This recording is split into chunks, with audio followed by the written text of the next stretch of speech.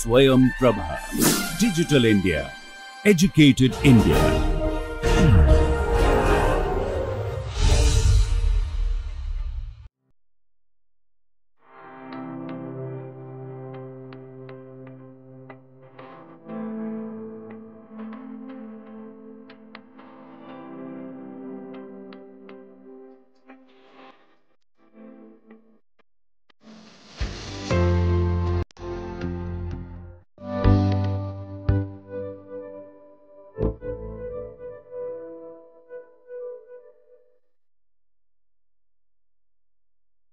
আগের ক্লাসটাতে আমরা কার্বিনের একটা সংক্ষিপ্ত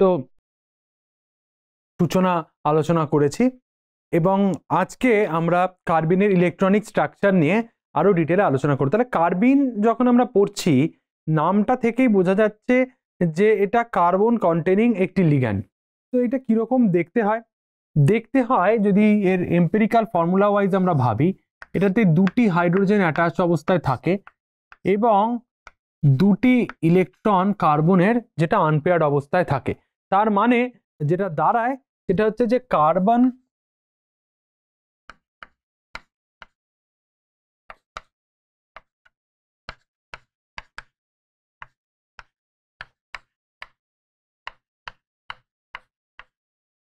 shared with hydrogen. So carbon has two valence electrons shared with the hydrogen, যেটা কার্বন আর হাইড্রোজেনের মধ্যে সিগমা বন্ড তৈরি করে, and two unshared electrons as well. তার কারণ আমরা জানি যে কার্বনের যে অ্যাটমিক নাম্বার সেটা হচ্ছে 6, 1s2, 2s2, 2p2 এবং সেখান থেকে 1s2 শেলটা কখনোই কোনো রকমের বন্ডিং এ যায় না এবং কার্বনের যোজ্যতা হচ্ছে 4। এই 4-এর মধ্যে দুটি কার্বন হাইড্রোজেন বন্ড তৈরি করেই থাকে এই কার্বিনে, বাকি দুটি নিয়েই কিন্তু এই পুরো কার্বিন কেমিস্ট্রি তৈরি হয়েছে। এবার যদি আমরা কার্বিনের ব্যাপারটা ভাবি তাহলে অবশ্যই আমাদের প্রথমে যেটা দেখতে হবে যে কার্বনের ইলেকট্রনিক স্ট্রাকচারটা ঠিক কিরকম। কার্বনের ইলেকট্রনিক স্ট্রাকচার যদি আমরা ভাবতে চাই বা এর ইলেকট্রনিক কনফিগারেশন যদি ভাবতে চাই, সেটা হচ্ছে অনেকটা এইরকম ধরনের। ধরো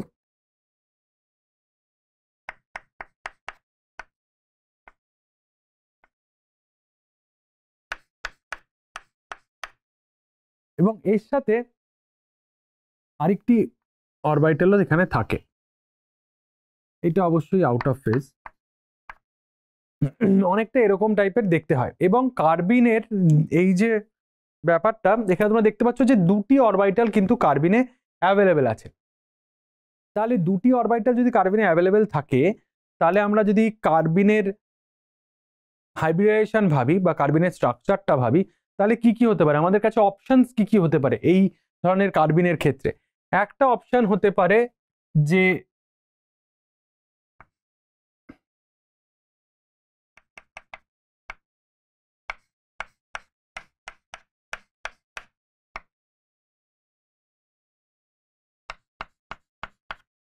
আচ্ছা, এবার আমরা দুটি অপশন দেখি।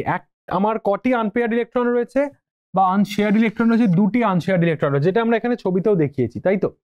এবার এইটা যদি কি সিচুয়েশন হয় এবং কার্বিনের স্ট্রাকচার যেহেতু এরকম, কারণ কার্বিনে অবশ্যই শুধুমাত্র এস এবং পি অরবিটালই ইনভলভ, তাই তো। তার কারণ হচ্ছে যে কার্বনের নিজের এস আর পি রয়েছে আর হাইড্রোজেনের 1s রয়েছে।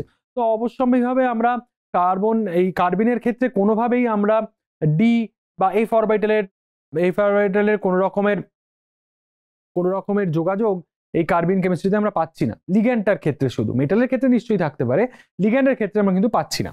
তাহলে এই যে দুটি ইলেকট্রন আনশেয়ার্ড ইলেকট্রন রয়েছে, সেই দুটি আনশেয়ার্ড ইলেকট্রন এই অরবিটালগুলোতে কিভাবে ডিস্ট্রিবিউট থাকতে পারে তার বেসিসে ডিপেন্ড করে কিন্তু আমরা কার্বিনের দু ধরনের কার্বিন সম্ভব। একটা কার্বিনকে বলা হয় সিংলেট কার্বিন, আরেকটি কার্বিনকে বলা হয় ট্রিপলেট কার্বিন। তাহলে কিরকম? সিংলেট কার্বিন মানে কি, যে স্পিন যে মাল্টিপ্লিসিটি সেটা হবে 1, তাই তো। তাহলে এইটাকে আমরা বলবো সিংলেট কার্বিন এবং এইটা হচ্ছে স্পিন পেয়ার্ড কার্বিন, রাইট। ট্রিপলেট মানে কি, ট্রিপলেট সিংলেট এই কথাটা কোথা থেকে আসছে? আমরা স্পিন মাল্টিপ্লিসিটি বলে জানি 2s+1, এটাকে বলা হয় থাকে স্পিন মাল্টিপ্লিসিটি। এবং এইখানে যদি আমরা সিংলেট কার্বিনের কথা ভাবি, এরা দুজনেই কিন্তু দুটি ইলেকট্রন, যে দুটি ইলেকট্রন এখানে ছিল, দুটি ইলেকট্রনই কিন্তু পেয়ার্ড। এই দুটি ইলেকট্রন যদি পেয়ার হয় তাহলে আমার এস ভ্যালুটা কত? এস ভ্যালু হচ্ছে -1 +1 = 0। তাহলে সিংলেট কার্বিনের ক্ষেত্রে 2 × 0 + 1 মানে আমার 1, স্পিন মাল্টিপ্লিসিটি ভ্যালুটা আসবে 1, যার জন্য আমরা রেখে সিংলেট কার্বিন বলি। এবার দেখো ট্রিপলেট কার্বিন ব্যাপারটা, সিংলেট কার্বিন যদি এটা হয়, ট্রিপলেট কার্বিন ব্যাপারটা খুব সহজ, এখান থেকেই আসতে পারে। সেটা হচ্ছে যে এই দুটি ইলেকট্রন একই অরবিটালে না থেকে যদি এই দুটি অরবিটালে ডিস্ট্রিবিউট হয়ে যায় তাহলেই আমরা দেখব যে স্পিন মাল্টিপ্লিসিটিটা কিন্তু চেঞ্জ হয়ে যাবে। তাহলে তখন আমরা তাকে বলবো ট্রিপলেট কার্বিন, যেটা হয়ে যাবে আমার 2 × ½ + ½ + 1, যেটা হচ্ছে আমাদের 3 ট্রিপলেট কার্বিনের। তাহলে এটা হয়ে গেল আমার ট্রিপলেট কার্বিন, এবং এইটা হয়ে গেল আমার স্পিন আনপেয়ার্ড। তার মানে তোমরা একটা জিনিস বুঝতে পারছো যে কার্বিন কিন্তু দু ধরনের হতে পারে। একটা হচ্ছে স্পিন পেয়ার্ড, যেটা আমাদের সিংলেট কার্বিন, এবং আরেকটি হচ্ছে আমাদের স্পিন আনপেয়ার্ড, যেটা হচ্ছে আমাদের ট্রিপলেট কার্বিন, রাইট? যেটা আমরা স্পিন মাল্টিপ্লিসিটি থেকে এই বিষয়টা আলোচনা করতে পারি, রাইট? এবং আমরা দেখব যে বেশিরভাগ ক্ষেত্রে কার্বিনগুলো কিন্তু ট্রিপলেট হয়। কিছু এক্সেপশনাল কেস আছে, যখন আমরা দেখব যে লাইক সালফার, হ্যালাইড এগুলো অ্যাটাচড অবস্থায় থাকে, তখন অনেক সময় সিংলেট কার্বিন তৈরি হয়। সিংলেট কার্বিনকে স্টেবিলাইজ করা খুব টাফ রাদার দেন ট্রিপলেট কার্বিন। তো আমরা এবার যাই সার্বিকভাবে যে কার্বিনের যে স্টিডি ইলেকট্রনিক কনফিগারেশনটা হয় সেটা আমরা একটু দেখার চেষ্টা করি, তাই তো? তাহলে আমরা দেখি সিংলেট কার্বিনের যে এস আর পি অরবিটালগুলো রয়েছে সেটা কিরকম দেখতে হয়। তো আমরা যদি একটা সার্বিকভাবে ধরো সিংলেট কার্বিনটা এখানে ড্র করি,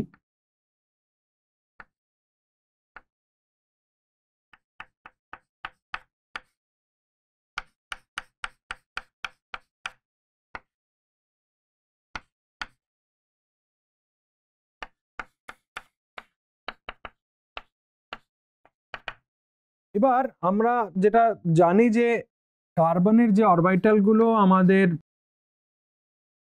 ওভারল্যাপিং এ আসে বা যোজ্যতা তৈরি করে, সেগুলো হচ্ছে আমাদের 2s এবং 2p।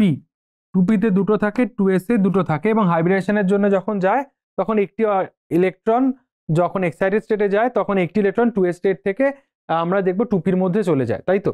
আর হাইড্রোজেনের তো কিছু করারই নেই, হাইড্রোজেনের কাছে পড়ে রয়েছে শুধুমাত্র 1s, তাই তো? তো কার্বিনের যখন আমরা স্ট্রাকচার ভাবছি, এই যে দুটি হাইড্রোজেন আছে তাদের সাথে 1s এর ইলেকট্রন যেটা আছে তার সাথে আমার কার্বনের sp হাইব্রিডাইজেশনের কিন্তু ওভারল্যাপ হবে, এবং সেইটা এখানে বন্ড ফর্ম করছে। তাহলে বাকি যেটা পড়ে থাকে সেটা হচ্ছে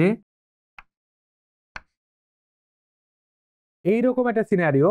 যদি সিংলেট কার্বিনের ক্ষেত্রে দেখো, তাহলে দেখো এটা কোন অরবিটাল? এটা অবভিয়াসলি পি অরবিটাল, রাইট? এটা একটা দুটি লোব রয়েছে যাদের মধ্যে একটি লোব আরেকটি লোবের সাথে সিমিলার ফেজে নেই, তো সেটা পি অরবিটাল। তার মানে এখানে আমার একটা পি অরবিটাল থাকবে, আর এই যে তিনটি অরবিটাল রয়েছে সেটা অবভিয়াসলি এটা, আর বাকি দুটো পি এবং একটি এস অরবিটাল যেটা আমাদের কার্বনের থেকে আসছে।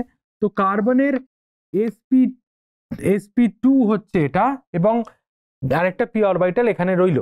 এইবার আমাদের ইলেকট্রন কাউন্টটা দেখি। কার্বনের দুটি করে ইলেকট্রন একটি একটি করে হাইড্রোজেনের সাথে ওভারল্যাপ করে একটি কার্বন হাইড্রোজেন বম্ব ফর্ম করেছে অলরেডি।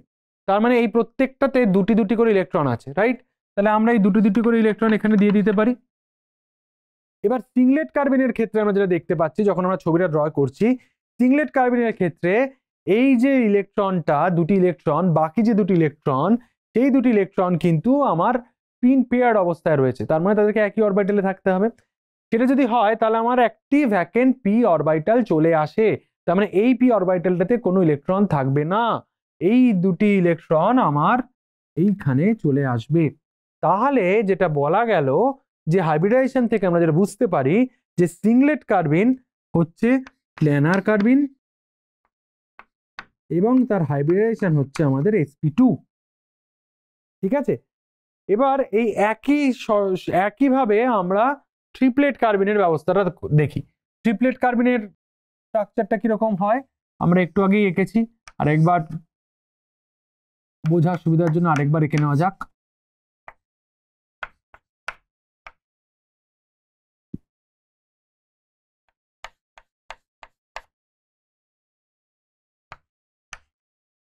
এই হলো আমার ট্রিপলেট কার্বিন।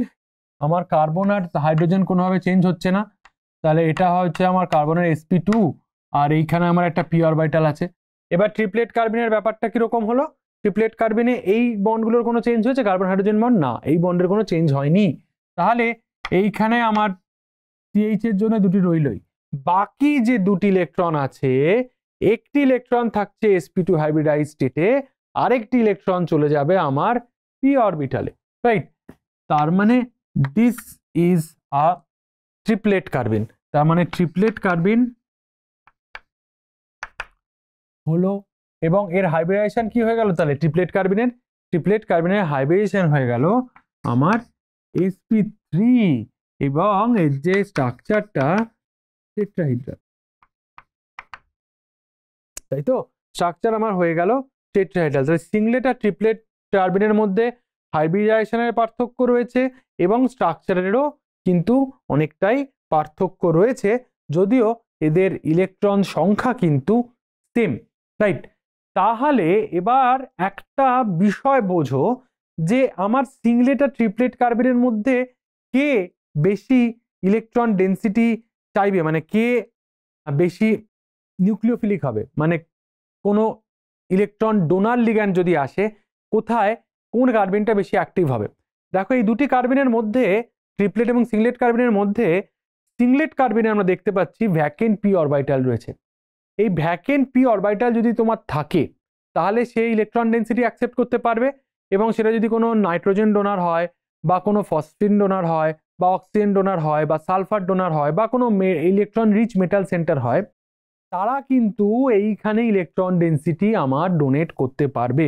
তার মানে সিংলেট কার্বিন ট্রিপলেট কার্বিনের থেকে অনেক বেশি নিউক্লিওফিলিক, মানে নিউক্লিওফাইল, Nu মাইনাস নিউক্লিওফাইলকে কিন্তু এ পছন্দ করে, তার কারণ নিউক্লিওফাইল ওকে ইলেকট্রন ডেন্সিটি দিতে পারে। এই কারণে আমরা বলতে পারি যে সিংলেট কার্বিনস গুলো কিন্তু আমার ইলেকট্রন ডেফিশিয়েন্ট হয় কম্পেয়ার টু ট্রিপলেট কার্বিন, রাইট? এই দুটি আমরা বুঝলাম। এবার এর সাথে আমরা একটা ছোট্ট কম্প্যারিজন করব তোমাদের, যেটা তোমরা মানে বিএসসি ফার্স্ট ইয়ারে বা বিএস ফার্স্ট ইয়ারে যেটা পড়েছো, সেটা হচ্ছে কার্বোক্যাটায়ন, কার্বন র্যাডিক্যাল আর কার্বো অ্যানায়নের ইলেকট্রনিক স্ট্রাকচারটা ঠিক কিরকম হতে পারে। এবার দেখো তুমি কার্বোক্যাটায়নের কথা ভাবো। কার্বোক্যাটায়নে কি ছিল? কার্বোক্যাটায়ন যদি আমরা আলোচনা করি, এই হলো আমার কার্বন অরবিটাল, এই হলো আমাদের কার্বনের p অরবিটাল, রাইট? আর তার সাথে যেটা রয়েছে আমার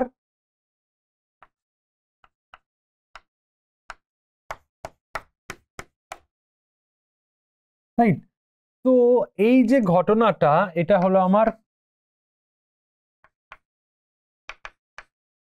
কার্বোক্যাটায়নের ব্যাপারটা কি? কার্বোক্যাটায়নে একটা ইলেকট্রন কম আছে কার্বনের, তার মানে কার্বনে কিন্তু 3টে ইলেকট্রন আছে রাদার দেন 4টে।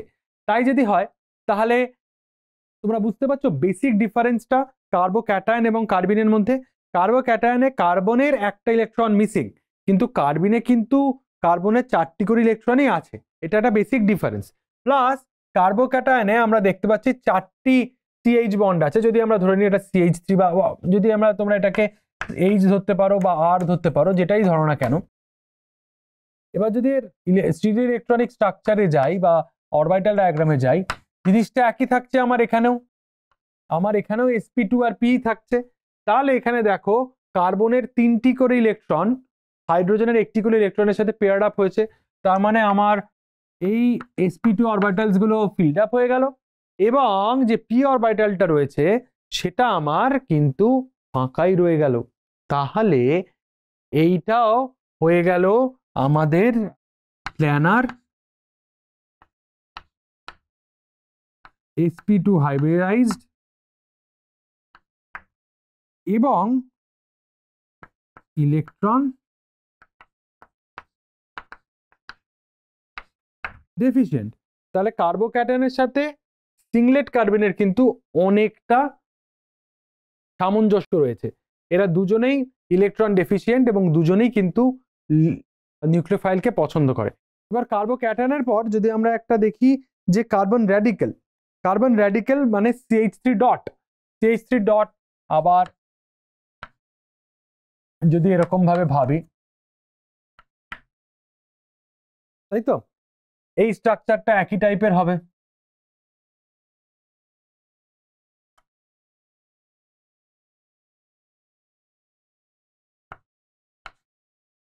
তাই তো এবার এইখানে আমরা এটা করতে পারি,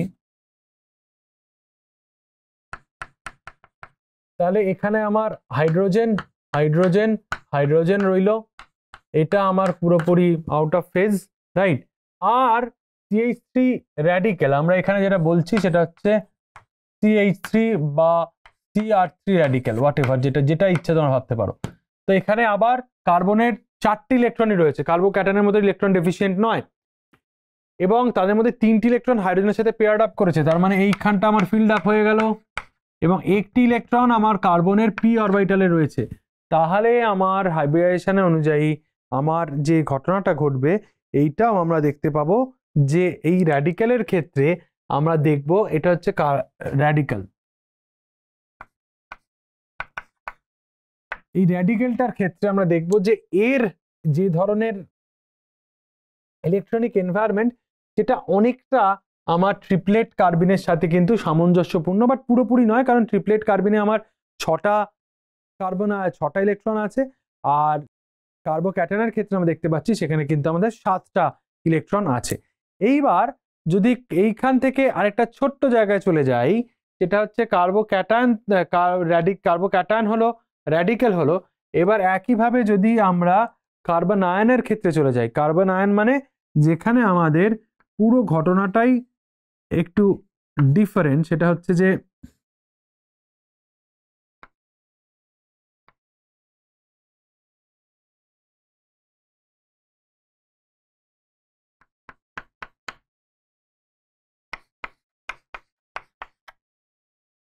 কার্বন আয়নের ক্ষেত্রে কি হবে ঘটনাটা, একই ঘটনা, sp2 আর এইখানে আমার p, তাহলে আমার এই 3টে সিআর বন্ডের জন্য 3টে পেয়ার চলে এলো, আর কার্বনের অরবিটালে 2টি এ রয়েছে, কারণ এটা কার্বন আয়ন মানে একটা ইলেকট্রন এক্সট্রা আছে কার্বনের যোজ্যতার উপরে, 4-এর থেকে 1 বেশি, তাহলে আমার হয়ে গেল এটা 8টি ইলেকট্রন। তাহলে তোমরা দেখতে পাচ্ছ একটা সুন্দর সামঞ্জস্য আমরা দেখতে পাই যখন আমরা কার্বিন, সেটা সিংলেট কার্বিনই হোক বা ট্রিপলেট কার্বিন হোক, কার্বিনের রেসপেক্টে যখন আমরা আমাদের কার্বোক্যাটায়ন বা কার্বন র্যাডিক্যাল বা আমরা হচ্ছে কার্বন আয়নের কেমিস্ট্রিটা ভাবি,